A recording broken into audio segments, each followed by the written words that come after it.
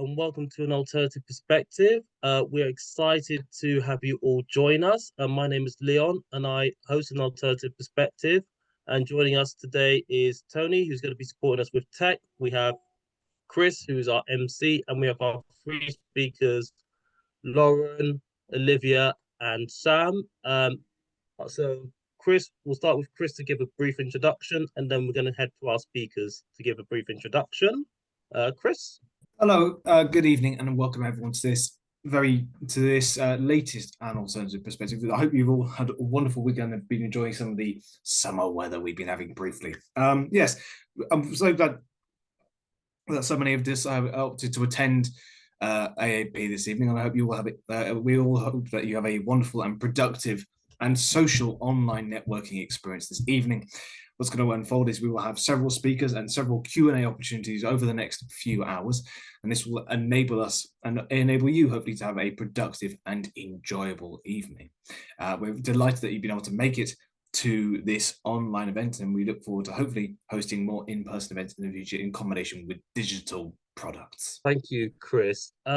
Sam, would you like to introduce yourself? Hi everyone, my name is Sam. I am a visual artist and filmmaker, mainly focusing on what life is like as a neurodivergent person. And I've recently just had a film that's come out in cinemas called The Stimming Pool, so I'm going to talk a bit about that this evening. But I also do lots of public speaking, or have done lots of public speaking in the past, and just generally exists in a delightful way. So it's good to have you all here this evening. Thank you, Sam. Olivia. Hi guys. I'm an actor and content creator, and I go under the name of Stagey ADHDer because I post a lot of things about being a performer with ADHD, and I'm going to be talking a bit about that this evening. Thank you, Olivia. And Lauren.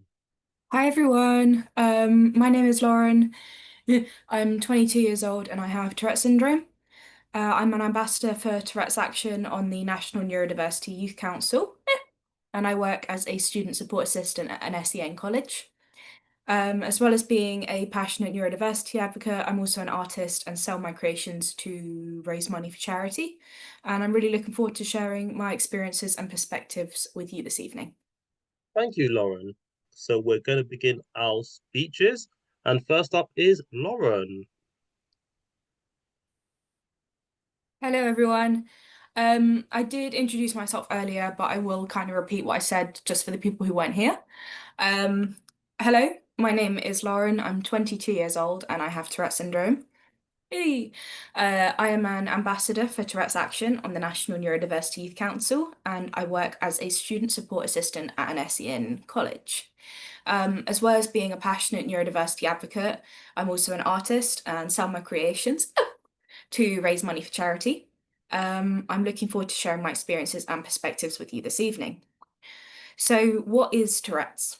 Tourette's is a neurological disorder characterized by involuntary sounds and movements called tics.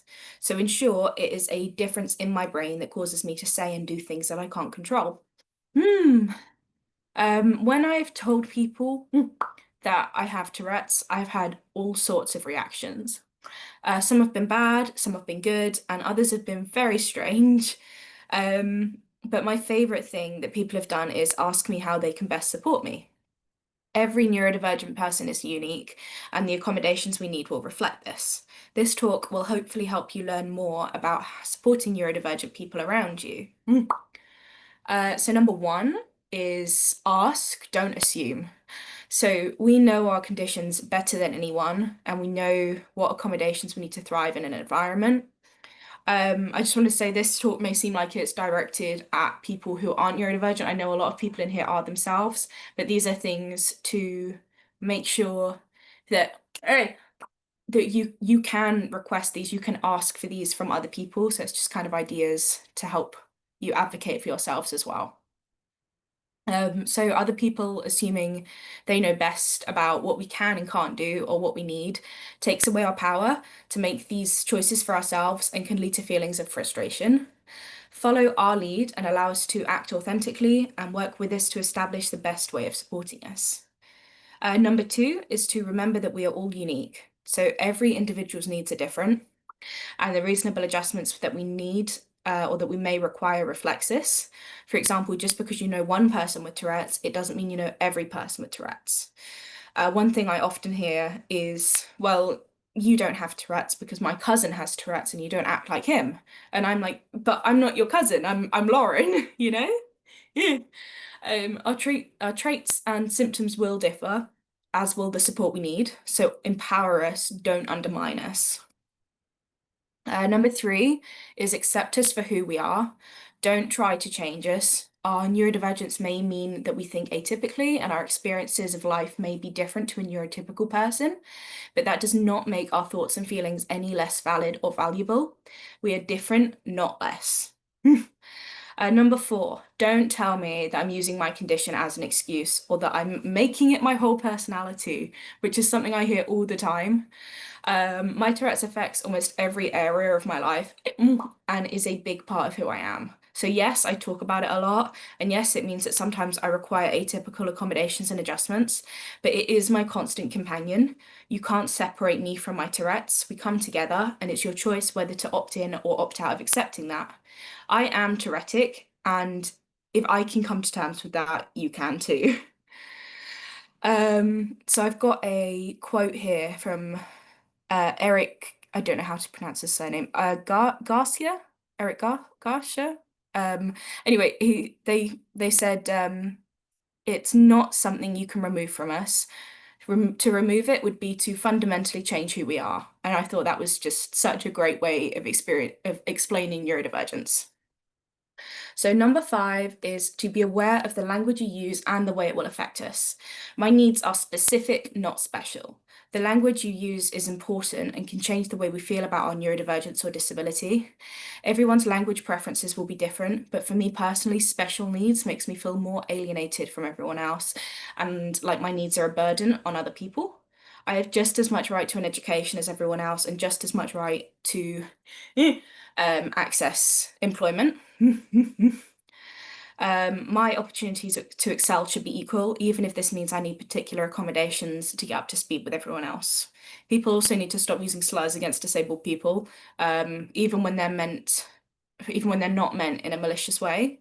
The amount of people who use the R and S slurs in everyday conversation is awful. On social media, there's a current trend amongst online trolls of using acoustic and restarted to get away with trying to insult people without their comments being flagged, and this really needs to stop. Remember, it is your actions as well as your words that count when it comes to supporting us. As lovely as kind words to us are, it's what you do that really shows your support. Advocate for us and our needs, put accommodations in place, stand up for us and our rights. One of my fellow ambassadors said the other day that you can put up as many posters as you want, but it's your actions that count. The words are empty if you're not willing to show us that you mean them. And finally, number 7, remember that even though I may celebrate my neurodivergence, that doesn't mean that I don't struggle with it too. I consider myself disabled because of my tics. Tourette's can be very difficult to live with, and it has affected most areas of my life, such as employment, education, everyday activities such as cooking, and sometimes even walking. So please be respectful and try to understand my mixed feelings towards my tics. I resent them at times, but they still make me who I am. Finding out I was neurodivergent gave me a sense of identity that I didn't feel I had before. My diagnoses, or labels, which so many people said would hold me back, turned my shame about my symptoms into the freedom of knowing why I act the way I do, and gave me the opportunity to connect with like-minded people who have similar experiences to myself. These connections and friendships helped me turn my shame to pride, pride in my community, pride in the way that my brain works differently, and pride in myself. Although being neurodivergent has brought with it a unique set of struggles, it makes me who I am, and that I don't want to change. I hope that this has been useful for you and that you can take away these thoughts and use them to be a better friend to neurodivergent people or a better advocate for yourself. But remember, I don't speak for every neurodivergent person, so always ask how you can best support them. Thank you for your time. And up next is Olivia. Hi. So I'm going to be speaking about rejection. If you don't mind just going to the next slide. So I'm an actor and content creator and ADHDer, and I love to share the word and talk about what it's like living with ADHD in a casual way, integrated with the type of content that I make as a performer. If you don't mind going to the next slide. Sorry. And yeah, I'm going to be talking about rejection. And onto the next slide, please. So everybody obviously has experienced rejection, whether you weren't invited to a social event or someone matched you on Tinder, you didn't get the raise you asked for, or you didn't get picked for an opportunity. But for people who are neurodivergent, it can definitely hit a little harder. If we just have a look at the next slide, I've put in the dictionary definition of rejection. And the thing that really resonated with me was non-acceptance. I think this is something that maybe we can all resonate with, whether it's been left out in the workplace or socially or just generally feeling different. That feeling of non-acceptance, I think, is something that we can all experience. So for someone with ADHD, the thing that makes it particularly hard for me and probably for others is rejection sensitive dysphoria. So if we go on to the next slide. Now, this is something that 98% of ADHDers experience, which is a statistic that I found out today, which is crazy. So pretty much all people will experience this. And if you don't know what it is, it's essentially a condition that it causes extreme emotional pain when you either receive rejection or perceive rejection. So it doesn't even have to be real life rejection. So essentially, if regular rejection is level 1, RSD is level 100. If you can go on to the next slide, please. Thank you. Oh, and again. Thanks. So RSD can cause self-esteem issues, the need to isolate, trouble regulating emotions, thinking you upset people, low mood, the urge to people please, jump to conclusions, or sudden outbursts of emotion. And I think these are actually things that probably caused me, led to my diagnosis the most, because it was kind of the RSD that I was experiencing was a real out of character thing. I'm quite like a bubbly, positive person, and this real dip in mood over something small to other people was really quite noticeable. So just a little bit about me. If we go on to the next few slides. And again, thank you. So I'm a late diagnosed ADHDer. I struggled with ADHD symptoms for as long as I can remember, throughout my childhood and teens. Like, this is really in common with women, but I'm sure other people experience this as well. But I was actually wrongly diagnosed with general anxiety disorder, depression, cyclothymia, and an eating disorder, none of which I actually have. It was all ADHD, but I will go on a bit more about that on the next slide. So I was rejected because I did well at school. I wasn't obviously impulsive or distractive, and I wasn't fidgeting. So essentially, because I didn't fit the naughty little boy stereotype, people didn't think that I had ADHD, even though all that was going on internally and externally sometimes, but it was just attributed to the other things that I listed before. So if we go on to the next slide. Thank you.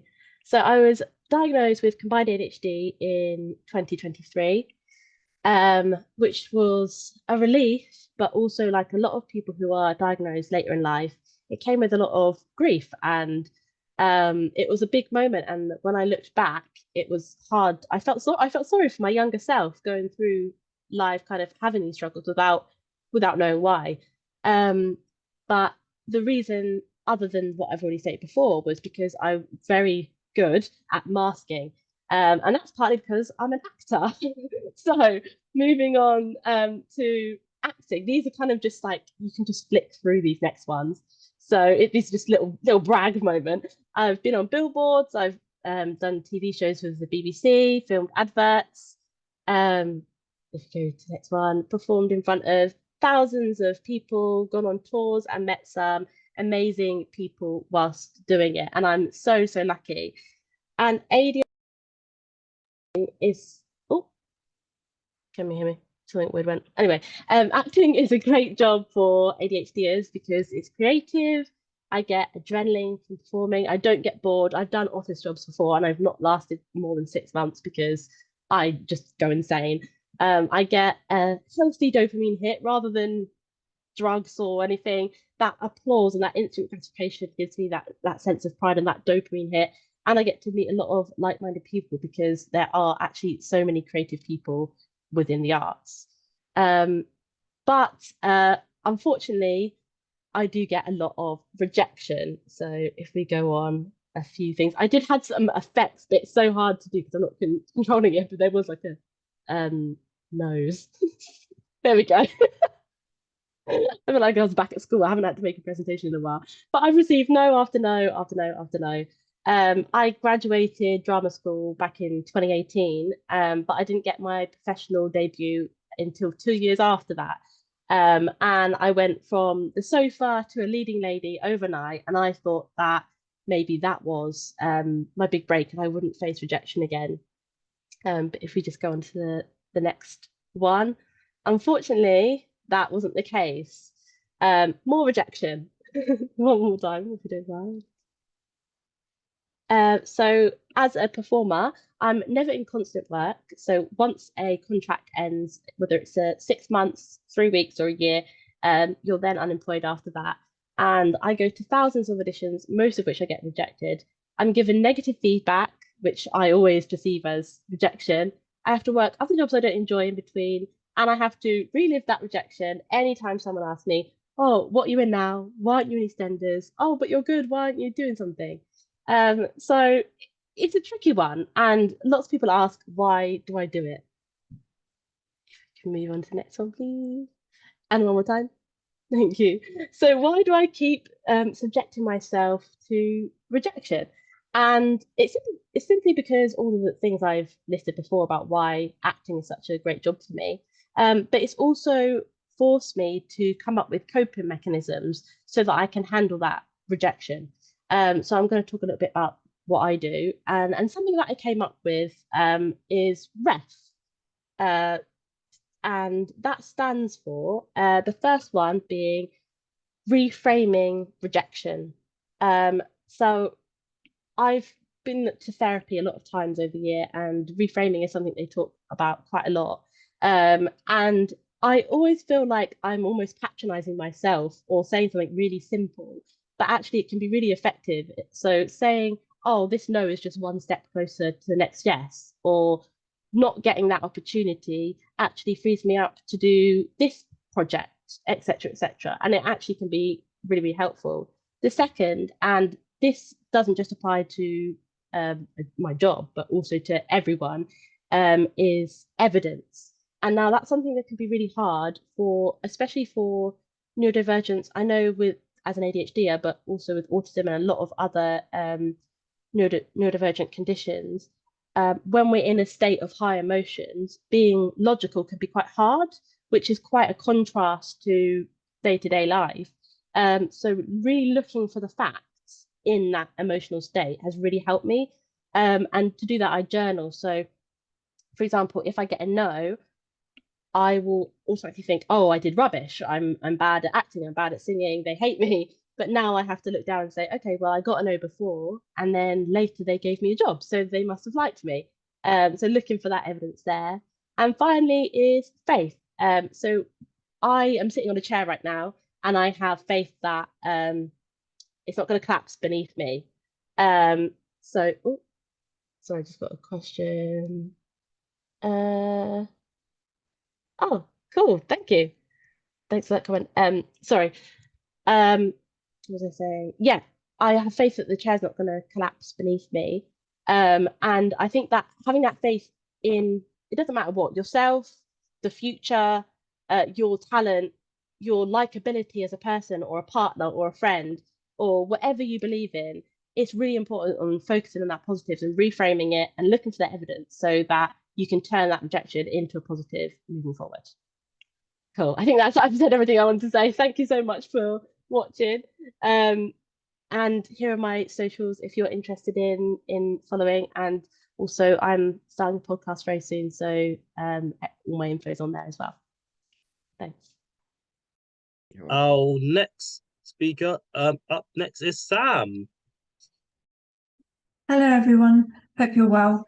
So I'm going to talk to you today about being basically the work that I make.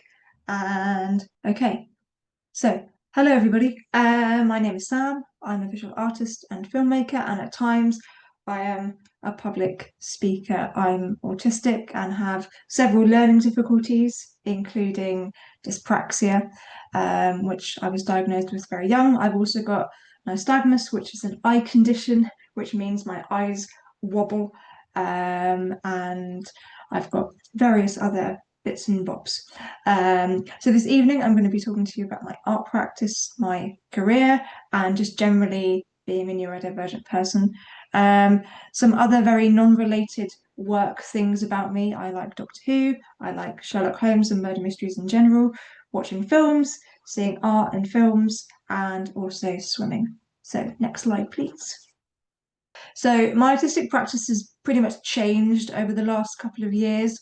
I've primarily worked in neurodivergent spaces and spaces with disabled people, but also I've done quite a lot of work with myself as a neurodivergent person. And the organisations that I've worked with in the past and currently are Untitled Arts, Ambitious About Autism, and most recently Autistica. I've slowly learning about facilitation and leading workshops, which is something I'm really enjoying. And the photograph of me down there is a photograph that was taken last year at the Royal Albert Hall when I did several workshops for a conference with the John Loynes charity foundation, which was really, really good. But the workshops that I do have mostly been catered for and given to neurodivergent and disabled people. So there's quite an inclusive way of giving these workshops just to make sure that everybody feels like they have made what they wanted to make during that session, but also so that they feel proud to have made what they make, and that I, as a facilitator, feel that I've given my best to make sure that these people have actually enjoyed the work that has been done. So next slide, please. This is a brief sort of moment that I was involved with the Channel 4 documentary Are You Autistic? And in 2018, myself and my very lovely friend Georgia Harper, we co-presented the Channel 4 documentary. At the time, it presented a very up-to-date sort of picture of what autism was. And we were part of Ambitious About Autism's Youth Council, and they contacted Channel 4 purely because of the concerns that were raised about the publicity at the time. And the result that we managed to get was not only myself and Georgia and some fellow youth council members being involved in the documentary, but we also got a title change, and we also had quite a lot of changes made to the original scripts, which was really, really good. The documentary overall reached about 1.2 million viewers, and since then, Georgia and I have given quite a lot of presentations at conferences and organisations, including the National Autistic Society, As I Am in Ireland, and the Royal College of GPs. So next slide, please. So the Stimming Pool, excuse me, is a hybrid documentary that was made by the Neurocultures Collective, and they comprise of myself and 4 other autistic artists and filmmakers, alongside Professor Stephen Eastwood, who works at Queen Mary University. The process overall took about 5 years of making, so we started all the way back in 2020, and the film came out in March this year, so that shows you the amount of time that it took us to get to where to get it on screen. But we used the method of co-collaboration, just in terms of making all the pre-production work, and this meant creating and collaborating ideas, getting to know each other as people and filmmakers, but also we used quite a lot of very small moments that were not even talking about the film, just getting to know each other as people, and then by extension understanding who we were, what made us tick, and then by the time we got on set, which took 12 days of filming, we were a real group of filmmakers and collective members as well. But in order for the set to be accessible, we had a majority crew of neurodivergent people, as well as all of our performers who were on screen are all neurodivergent themselves. But we also had lots of different ways of making sure that everybody's access needs and support needs were met on set, because there were a variety of different support needs that had to be met in order for the work to be done. And not all of us had made a film before, so for a lot of us this was our first insight into how do we make a film, and generally learning about the rules of filmmaking overall. So on set we had call sheets that had photographs of everybody who was going to be working there. We had breakout spaces and quiet spaces, and we also had film advisors and access advisors who were able to be implemented and needed if people needed to have a one-on-one private conversation with them. But overall, it was a really, really worthwhile and good experience from my end, and we can talk more about that as and when in the questions after. So next slide, please.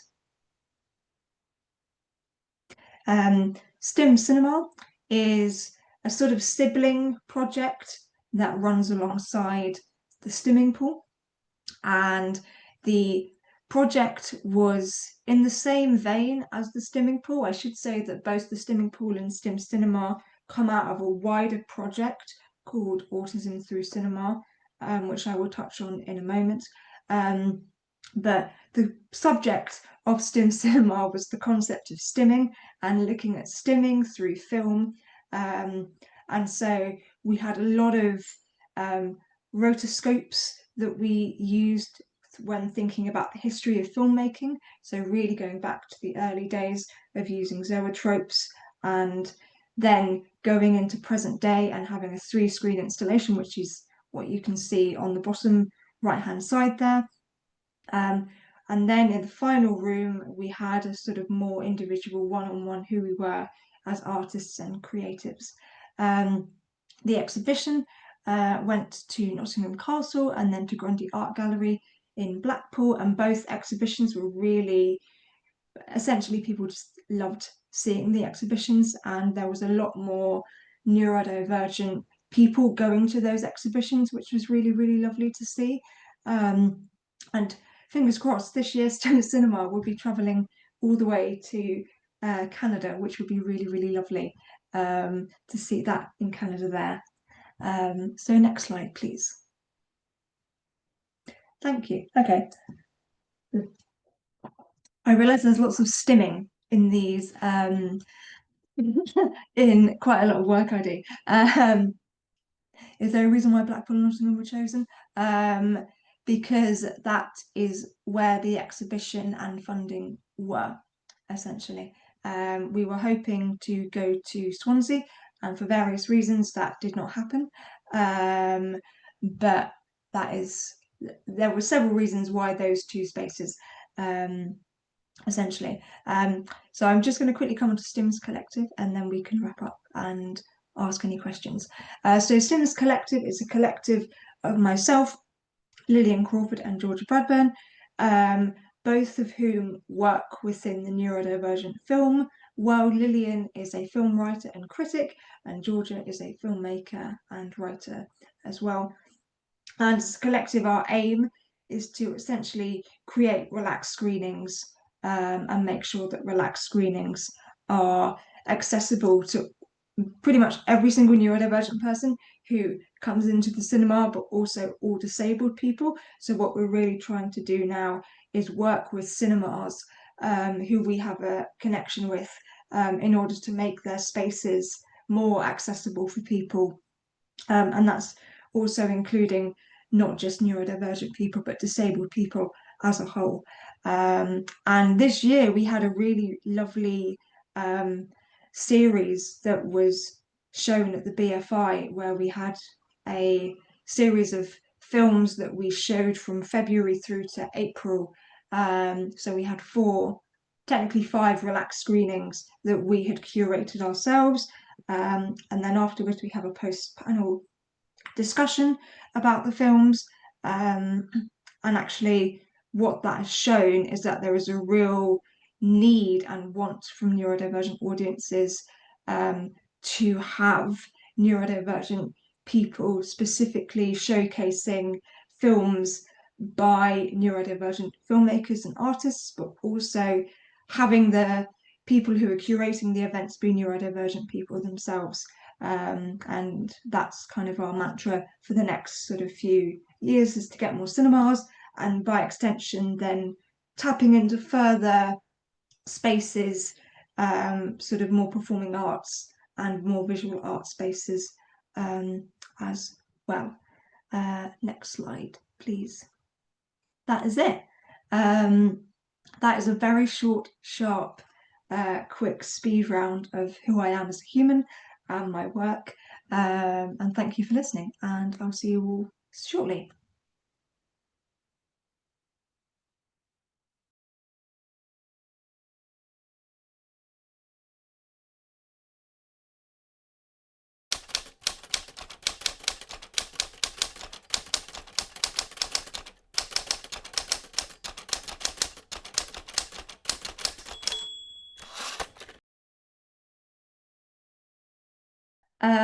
I think the first obvious big thing is hiring neurodivergent people themselves, both on screen and behind the screen. I think if we want to have an inclusive workforce, we actually have to have people with the lived experience and the knowledge of how they work to be able to bring that to the workforce themselves. And I think that slowly, I say slowly, I'm more kind of in the visual disability, visual arts spaces. So I think Olivia will have a bit more understanding of the television landscape. But I think it's slowly changing. I say that with hope. But I think a lot of employers need to understand that every neurodivergent person is different. Every neurodivergent person's access needs and support needs are different. And also that their neurodivergence doesn't mean that they can't do the job. I actually think that it's a benefit sometimes to having a neurodivergent condition that makes you better at the job, whatever that job may be. And so I think in the work that I've done, I've been very clear with how I personally need to work in order for the work to get done. Otherwise, I'm not going to be good at what I do. So I just have to make it very clear from the start, actually, this is how this space is going to work for me. And being clear and honest, I think, is a big thing. But also, I think now I'm just thinking, I'm going to now riff off into the sort of world of famous people and celebrities here, but now we're having quite a big bunch of celebrities who are getting diagnosed as neurodivergent, and I think what they're doing is really shining a light on what it's like for those of us who live with these experiences. I'm just recently specifically thinking of Bella Ramsey, who's been diagnosed as autistic, and how they've been really, really vocal and really honest about what it's like for them, but also how they've used that as a way for them to basically be an actor, which I think is really, really brilliant and fantastic. But that's been used to they've used that as part of their skill, and that's what makes them such a good actor, as it were. but I'm also thinking of, I think it's Bradley Jenkins, who's in Heartstopper. Somebody can please correct me in the chat. One of the Heartstopper actors has also been diagnosed as autistic, and has since been very vocal about his journey and about his experiences of what it's like being an autistic person. And I think that these two are just two examples, and I think what they're doing is really showing a lot of media people actually it's an okay thing to be a neurodivergent person, especially speaking about it, especially speaking about some of the struggles that you've experienced, but also how being where you are currently is actually a good thing, and also making sure that you have a really good support network within your systems that you're working with. And I think that actually having people who are kind of out there and proud about their neurodivergence, but also talking about how it affects them on a day-by-day basis, is really, really good. And so I think there's definitely lots more to do, but I think we're slowly heading in a direction which is, I say that with the recent current events that are happening within the politics of the UK, but we won't dive into that. But it's slowly moving, I think, in a direction that is becoming more acceptable and accessible, as well. So yeah, Olivia, please chip in, because I'd love to hear your experiences and thoughts on this. Yeah. So you said that so well, and having that representation is so important. And like you said, everybody just needs a voice, and you need to employ the people that have that understanding. And for me personally, if you asked me 5 years ago, obviously I didn't know that I had ADHD, but my ADHD traits I was masking heavily, and I wouldn't ask for any accommodations or anything like that, and I would try and be, I guess, appear neurotypical in auditions and situations. Now, on my Spotlight profile, so for those you don't know, it's like LinkedIn for performers. There's actually a section where you are able to list disabilities, and I actually have ADHD under there. So before they even audition me, they know that I have ADHD. And I was really concerned and worried that that might affect the amount of auditions that I've got, but it hasn't. And most recently, I was in Casualty, and I was really nervous. I'd never been in the BBC studios before.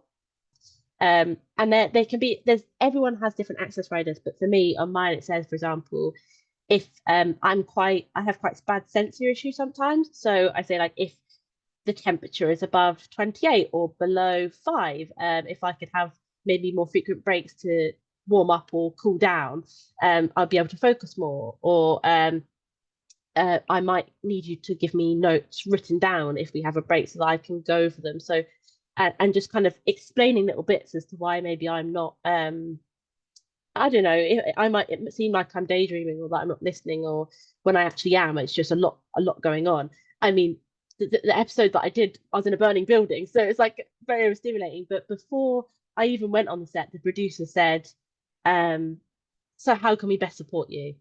What I needed, which I think is just the best sign of change. And they picked me knowing that I have ADHD, and it was for a character that doesn't have ADHD. So yeah.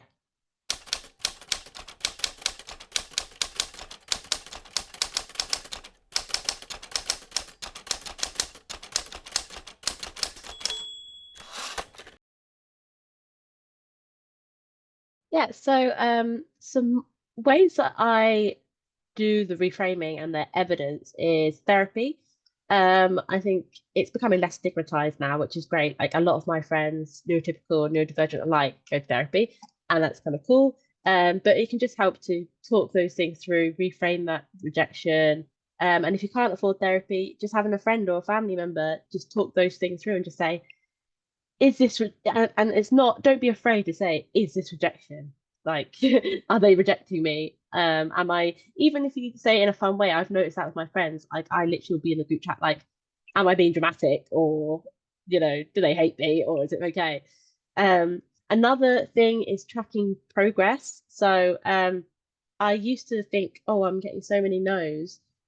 So I now have like a list of all of the auditions I do, and I write whether it's a recall or a no or a yes.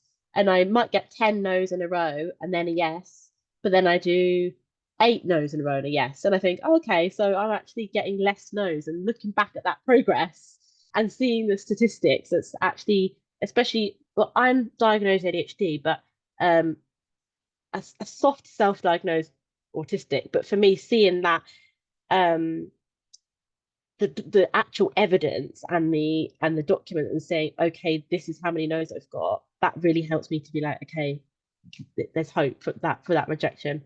And finally, something that I learned on a course, I did a conference with loads of creatives, is a rejection jar. And you simply get a jar, and any single rejection you get, whether it's perceived or real, you put in £1 into the jar.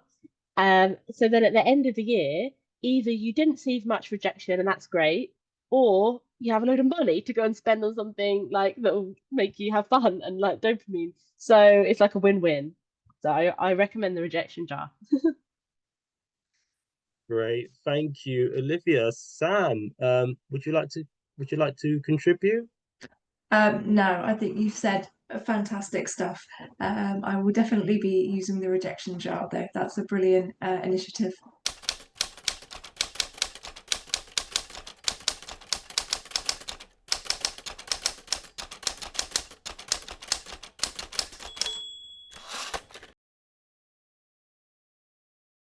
Yeah, so when I get closer to getting like a big role, that obviously is gutting, because you almost grasp it. But for me now, because of those kind of things that I've talked about within my work, I'm kind of used to the rejection now, and it doesn't hurt as much as it used to.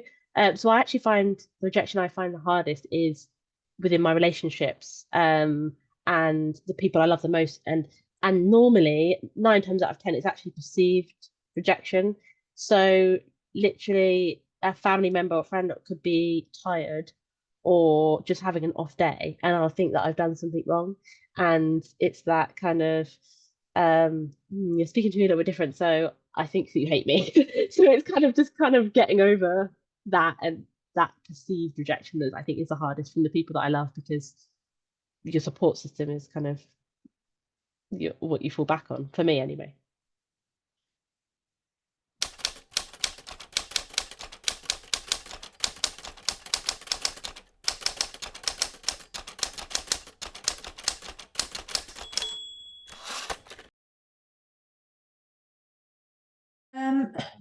It's definitely influenced my career path. I think my neurodivergence has definitely helped and supported my career in a way, because a lot of the work that I have made has pretty much been within disability and neurodivergent spaces, just because there is already that understanding and that acknowledgement anyway.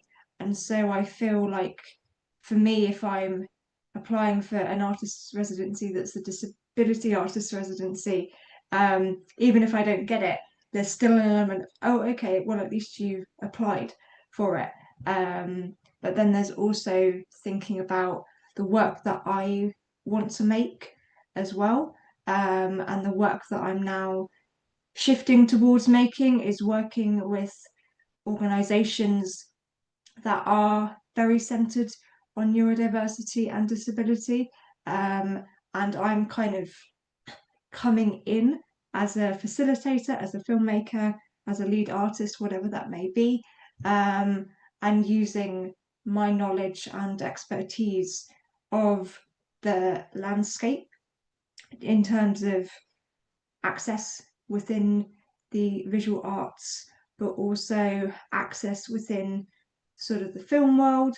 But then using my experience that we had on the Stimming Pool, which was really beneficial because everybody knew what was expected of the film, but also we had a real camaraderie there as well, and I think that's the work that I really want to make going forward, but also staying in spaces that I feel not necessarily comfortable in, but being able to sort of step outside those and go, okay, well, if I can make change happen here, then that's a good thing.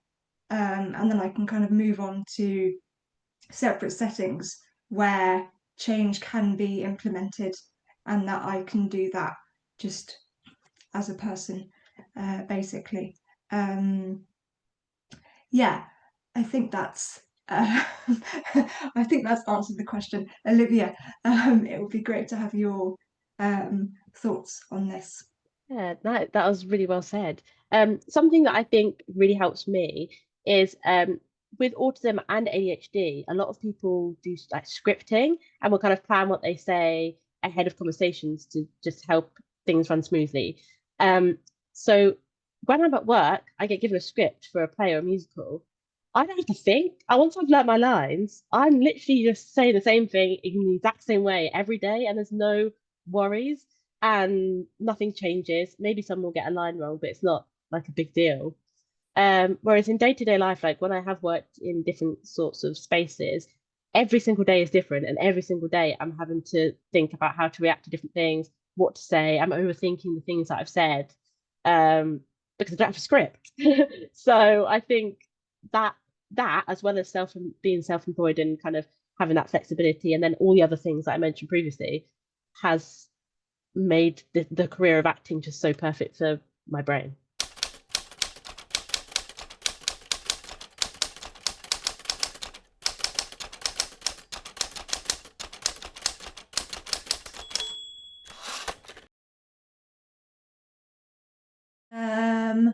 Enjoy the wackiness and the weirdness that we've provided. It was a real labour of love from all 5 of us as directors, and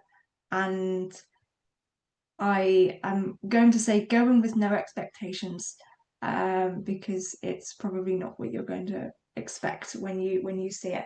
And also, it's also just over an hour, so it's only, I think, 69, 70 minutes, which is great. So have a cup of tea or whatever your favourite drink is, and enjoy the wonderfulness that is the Stimming Pool.